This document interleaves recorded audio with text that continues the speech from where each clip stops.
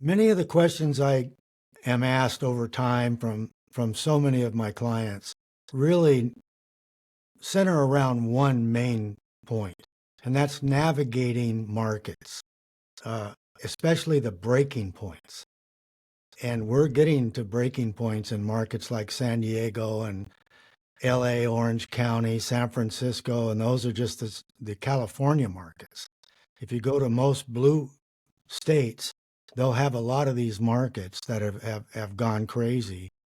And the problem is there's good news and bad news.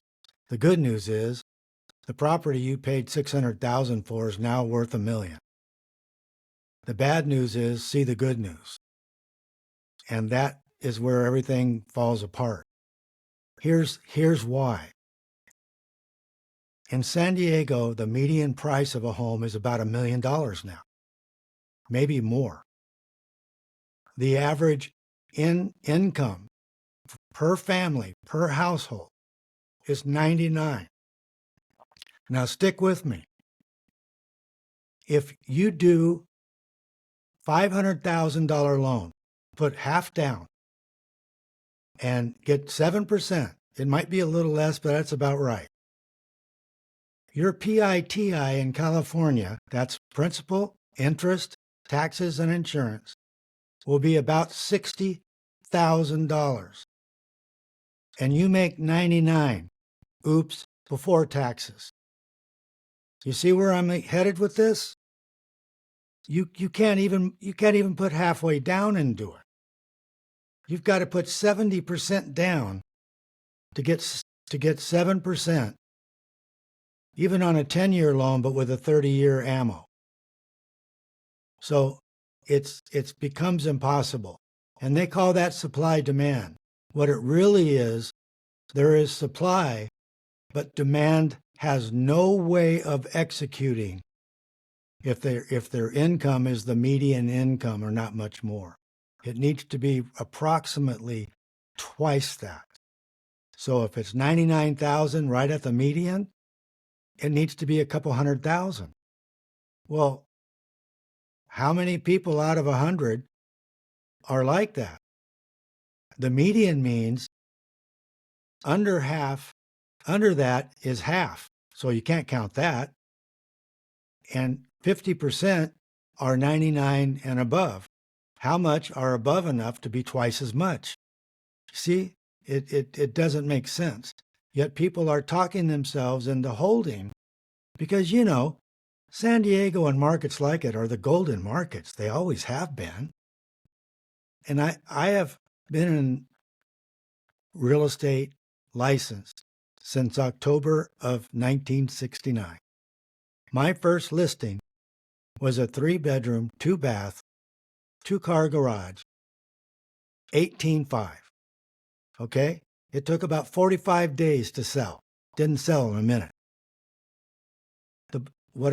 I found out is it kept going up. So after a few years, it was up to 30,000, and then 35, and then 50. And I'm wondering when's it going to stop? Well, it didn't stop, and it was at $500,000. So now, shift to the new century. It's the year 2000. And I think what's going to happen is you've pretty much hit the top of the market. Wrong, Jeff. You totally out to lunch. It went up to 750 and was still selling. Now, when it went to $1 million, that's when everything comes to a halt. You can talk all day long. It's not going to talk you into anything that's going to work. So now imagine what has to happen. The supply is there. The demand cannot perform. End of sentence. Over and out. You're done. So what I'm telling people is that strategic advice at that point is to get out of Dodge any way you can. whether it's selling for a lower price, be the first one in $1 million market to sell at 910, because they're eventually going to be selling under 9 because people can't afford it, period. And you're not in that position where you can get a cash buyer. A cash buyer for $1 million house is very, very low, less than 3% in my guess. So I behoove you big time. Move it. Get rid of the property.